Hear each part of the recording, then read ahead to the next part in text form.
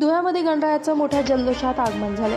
गणपती बाप्पा मोरया, मंगलमूर्ती मोरया आदी जयघोष करत घरगुती गणरायासह मंडळाच्या गणरायांचं ढोल ताशाच्या गजरात आगमन सोहळा संपन्न झाला। गणेश चतुर्थी निमित्तानं सकाळपासूनच धुळ्यातील आग्रा रोड, संतोषी माता चौक, मोहाडी, फुलवाला चौक यांसह विविध भागात गणरायाच्या मूर्ती घेण्यासाठी भाविकांनी मोठ्या प्रमाणात गर्दी केली होती। तर अनेक छोट्या मोठ्या मंडळांनी आज आपल्या लाडक्या बाप्पाचं मोठ्या भक्तिभावानं ढोल ताशांच्या गजरात मिरवणूक काढत आगमन केलं। यावेळी ज्येष्ठ, आबाल, वृद्ध आणि चिमुकल्यांच्या चेहऱ्यावरचा आनंद ओसंडून वाहत होता। यावेळी अनेक गणेश भक्तांनी भारताला संकटातून मुक्त करण्यासह बळीराजाला बळ देण्यासाठी साकडं गणरायाला घातले। हे आपलं महाराष्ट्रातलं मराठमोळं 140 वर्ष जुनी संस्था असलेलं आपलं दुकान आहे।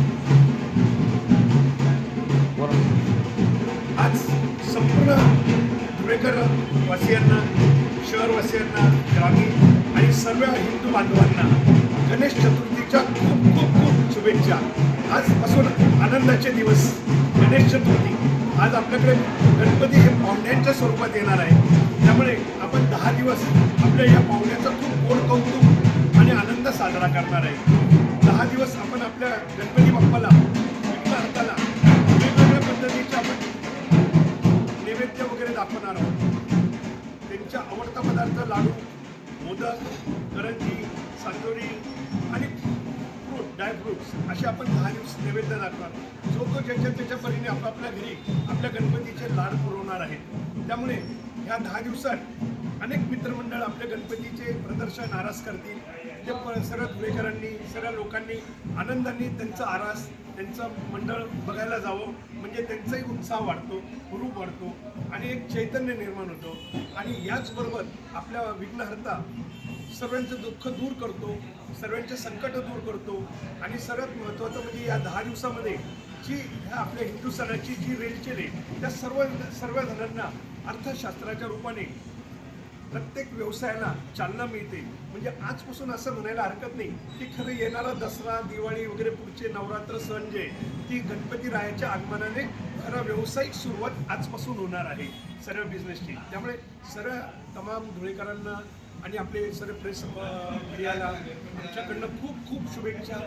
आणि आपल्या भारतावरचे संकट दूर हो, अमेरिकेला सद्बुद्धी प्राप्त हो आणि भारतावरचे सर्व संकट दूर हो, अर्थशास्त्राला चालना मिळो आणि देशाची समृद्धीकडे, प्रगतीकडे वाटचाल हो, ही मी सर्व देवाच्या आपल्या शुभेच्छा आशीर्वादाने मी व्यक्त करतो।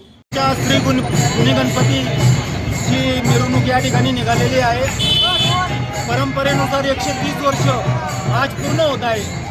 1895 साली लोकमान्य टिळक यांचे हस्तक आंबेडी गुरुजी यांच्या हस्ते या गणेशोत्सवाला सुरुवात झाली। तेव्हापासून आजपर्यंत तीच परंपरा कायम आहे।